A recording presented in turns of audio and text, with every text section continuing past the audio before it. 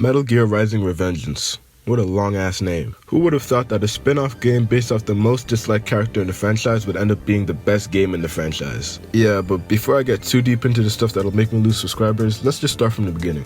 So MGR Revengeance is a 2013 hack-and-slash game published by Konami. Thank fucking God I'm finally talking about a game that wasn't published by those demons at Bandai Namco. So when I say this is a hack-and-slash game, this is probably the most hack-and-slash game ever.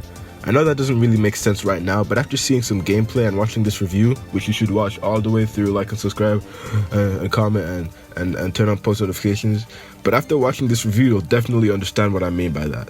Also, this was developed by Platinum Games, who you might recognize from Bayonetta and my literal favorite game of all time, Nier Automata. Based off these two games alone, MGR Revengeance should be a fucking masterpiece, and in a way it is, but once again, I'm getting ahead of myself. So it takes place after Metal Gear Solid 4 and it follows the character Raiden, this cyborg, soldier, ninja guy that has a really good voice actor. And this game really has it all, bruh. Fantastic combat, brilliant boss fights, and a fucking banger soundtrack. But before we get into all those cool things, we're gonna have to start with the story, bro. So Metal Gear Rising, or Metal Gear Solid, the whole franchise, it isn't really known for having clear and coherent stories, and I guess Metal Gear Rising: Revengeance is the same. It's a little bit complicated. For the sake of everyone's mental well-being, I'm just gonna leave out how it fits into the rest of the franchise, and I'll just look at it on its own. Okay, so I can't lie, and I don't really remember the story, but I'll do my best to explain it. This is gonna be a very fucking scuffed story analysis, or synopsis. Who gives a fuck, man? So Raiden is protecting the president of South Africa, and then the South African president is killed or something like that. Then he goes around killing cyborgs, because cyborgs are this cyborg agency is the one that killed the president. And then he fights Sam, who is cool as fuck, and he isn't even really a cyborg, he's just a human with a cyborg arm. But yeah, then he fights a bunch of cyborgs and stuff. Then he fights this gigantic robot, and he fights this roided out nerd, and he saves some orphans. The story was cool, I guess, but compared to the gameplay, it's not really the main reason to play the game. And also, this was a horrible story synopsis, so take it with a grain of salt. But speaking of the gameplay, fuck me, Platinum Games. You guys did a fantastic job, bro. Y'all did it again. Y'all fucked around and made another fucking masterpiece. In terms of pure combat, this might be one of my favorite games of all time, because playing this game is stupendously fun. So the combat is kind of fast-paced, but it's not crazy technical, so it shouldn't be that hard to get used to it. You got light attacks, heavy attacks, you also have shit like mid-air attacks or sprinting attacks, even fucking sliding and spinning attacks, you got it all. You also have a blade mode where everything kind of goes into bullet time, it just slows down and you can just slice the fuck out of everything in the way, and the way they integrate this into boss fights is really cool. It doesn't even have to just be boss fights. At first I thought it was just going to be some sort of gimmick, but it ended up actually being helpful, using it to slice off armor or just insta-killing certain enemies. Also, when I was bored I just started slicing random shit.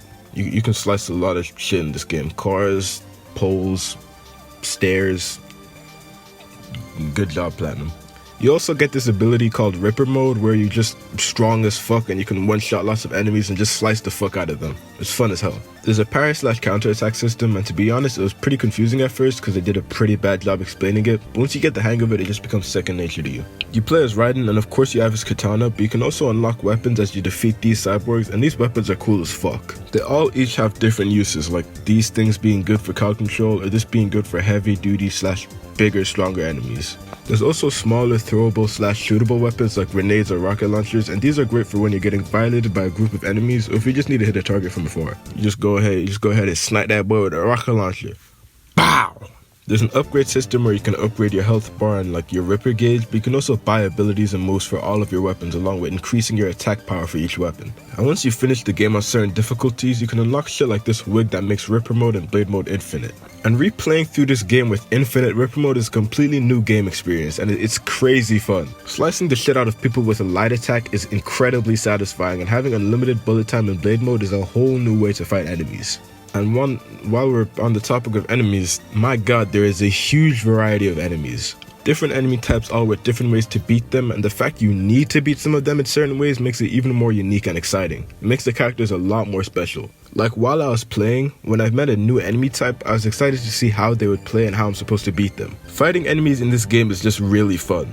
There's a whole lot of factors that go into this game's combat being as enjoyable and cool as it is, but they all come together to make a great playing experience. To be honest, the only thing that would have made this game's combat better for me was if Raiden had his katana on his hip instead of on his back. You know, here at the Jugo Young channel, we believe in the hip katana supremacy. We don't fuck with that behind the back shit, that over the shoulder shit. If it's not hip, then it's not drip. And if you're not from here, then don't fucking come here. Kerpow! Yeah, so that sounded very racist in hindsight.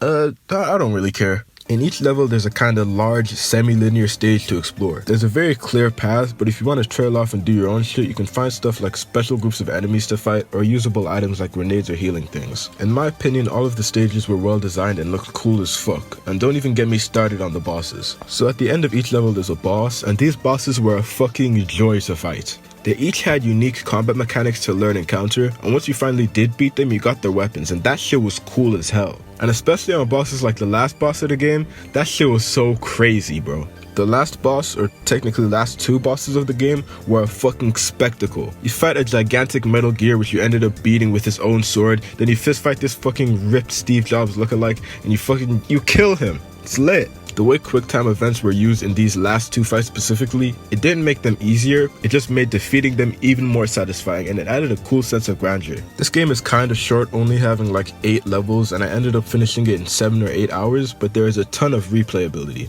Replaying the game on higher difficulties and replaying with the aforementioned wig that gives you infinite Ripper mode, the shit was so fun that I did it like 3 times before I got bored.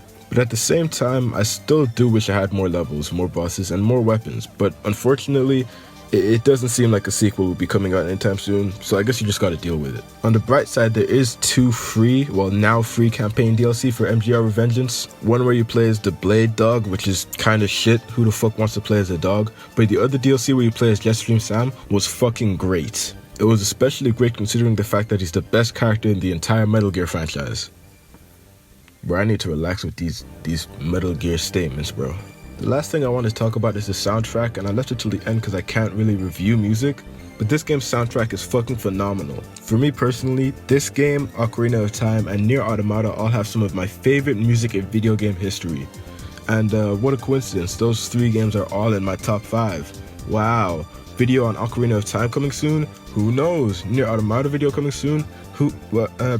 Actually, yeah, there is one coming soon. Metal Gear Rising: Revengeance is probably the coolest game I've ever played, and I spend a lot of my time playing some cool ass games. It's only like $20, and if you catch it on sale, you could probably get it for like $5. It's a fucking fantastic game, and if you don't play it, yeah, you're a fucking goon.